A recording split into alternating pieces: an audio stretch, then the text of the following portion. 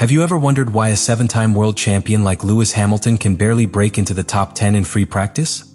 Is Ferrari the problem, or is there something else we're not seeing?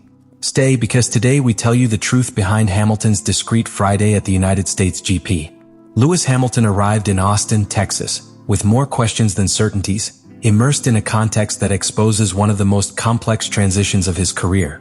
His arrival at Ferrari, after more than a decade at Mercedes, had generated stratospheric expectations. But now, with the season underway and the results in hand, the situation reveals a harsh truth. Neither the car nor the team are ready to respond to the competitive level required by a world champion. The United States Grand Prix marked round number 19 of a calendar full of pressure, both media and internal.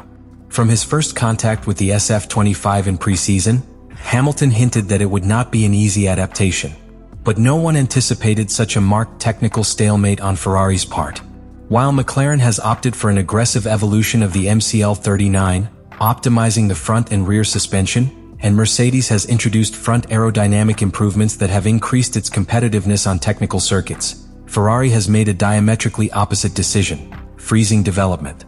That freezing was no coincidence.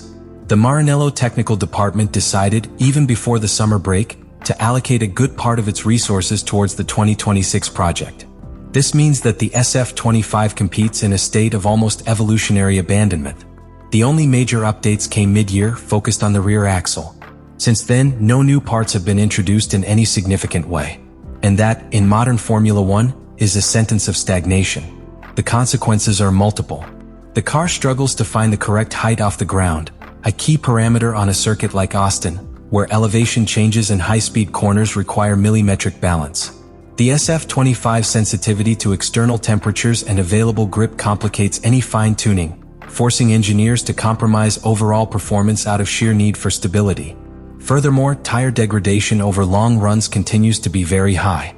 This forces the car to be configured with more conservative setups, sacrificing lap time to prevent the tires from collapsing prematurely.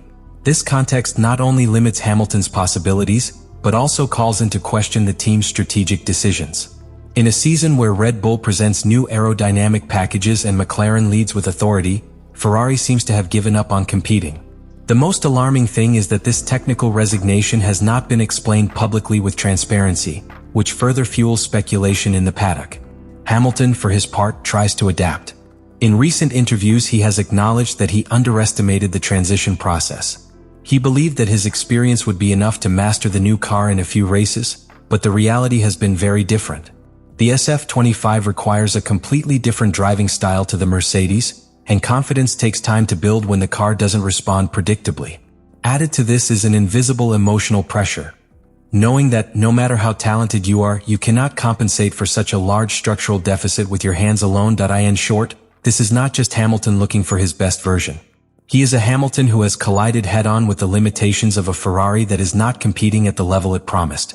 And in that contrast, between the desire to win again and the technical reality of his team, a deep conflict begins to develop. One that could mark not only the course of this season, but the very legacy of his last stage in Formula One. In the only free practice session held before the United States Grand Prix sprint, Lewis Hamilton's performance left a bittersweet feeling. 8th place in the timetable could be interpreted as a respectable performance amid Ferrari's technical chaos.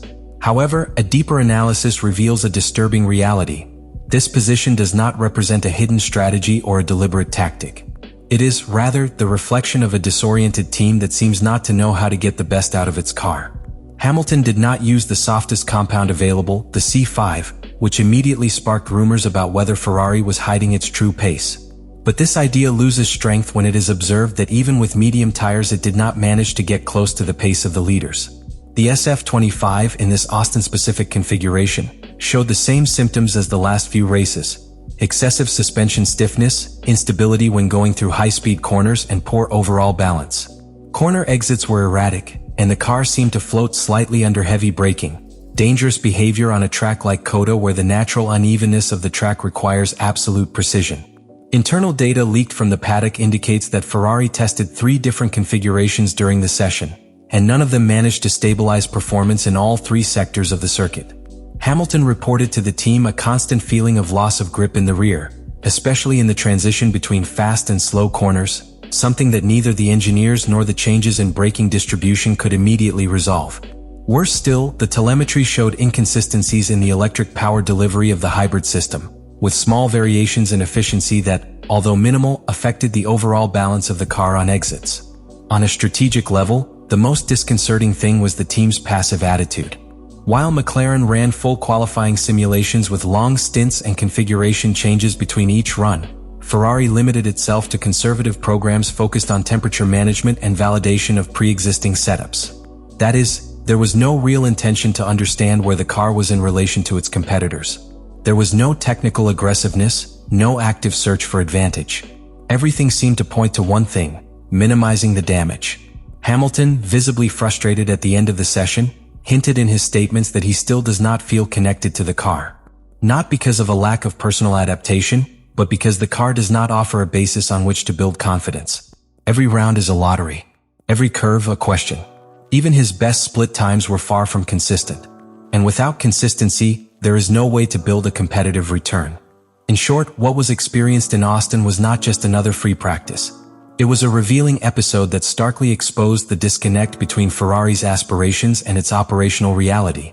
While other teams are polishing details to fight for victory, Ferrari is still trying to understand how to make a car work that, since its birth, seems to be misaligned with the demands of modern Formula One. When the performance of Ferrari and Hamilton is analyzed from a strategic approach, what is perceived is not a covert strategy or a preparation to surprise in the sprint. What is projected is resignation. An attitude that has stopped betting on calculated risk, and that seems more interested in not making mistakes than in seeking real competitive advantages. Ferrari is not racing to win. He is running so as not to lose more than is inevitable. This passive mentality might seem prudent in a long season, but in a modern Formula One where every point counts and every improvement can change the championship, it is simply unsustainable. In Austin, Ferrari not only did not look for performance, nor did it seek to fully understand the variables that affect its competitiveness. On a sprint format weekend, where there is only 1 hour of free practice before qualifying, most teams maximize that window by carrying out aggressive testing. Wing changes, differential variations, alternating aerodynamic loads, race simulations. But at Ferrari there were no signs of that dynamism. Everything was limited to validating simulator data, making minor corrections to the height of the car and adjusting pressures. This lack of tactical intensity reveals a team more focused on avoiding media errors than on extracting the maximum from the technical package available. From a championship point of view, Ferrari seems to have resigned itself to a secondary role. They no longer talk about titles, not even about consolidating themselves as the second-best team. The technical and strategic language now revolves around 2026, the new era of engines and a supposed internal revolution that will come with the regulatory change. But that long-term view has a price. It leaves the current fight completely abandoned. In a year where Red Bull shows internal cracks, where McLaren and Mercedes are still vulnerable in certain scenarios, Ferrari had an opportunity to apply pressure. However, he has chosen to give in. For Hamilton, this context poses a major dilemma. His arrival at Ferrari was sold as a historic partnership, a chance to return the Scuderia to glory. But with each passing race, the narrative becomes diluted. Not because he doesn't perform, but because the project, in its current form, lacks direction. The British, accustomed to working with high-performance engineers, with aggressive environments and continuous development and with a winning philosophy, now finds himself surrounded by indecision, slow decision-making and priorities that do not correspond to the short competitive term. In conclusion, the United States Grand Prix not only left Ferrari off the radar of the favorites, it also left a worrying message about their identity as a team. Hamilton's talent is unquestionable. Your adaptability, resilience, and leadership have been tested time and time again. But no driver, no matter how legendary, can single-handedly reverse a technical culture that has chosen inertia over thrust. Time passes, opportunities become shorter, and if Ferrari does not radically change its competitive mentality, it risks wasting one of the last great stages of one of the most successful drivers in history. The future is at stake. But the present, the one that does not wait, is slipping through their fingers. What happened in free practice at the United States Grand Prix goes far beyond a circumstantial result or a position on the timetable. For Lewis Hamilton and Ferrari, this scenario holds a deep and complex meaning. It is a warning, a symptom, and above all, a missed opportunity. Because when a step forward was expected in the second half of the championship, What was shown in Austin was a painful confirmation that this iconic alliance, for the moment, is not working as promised.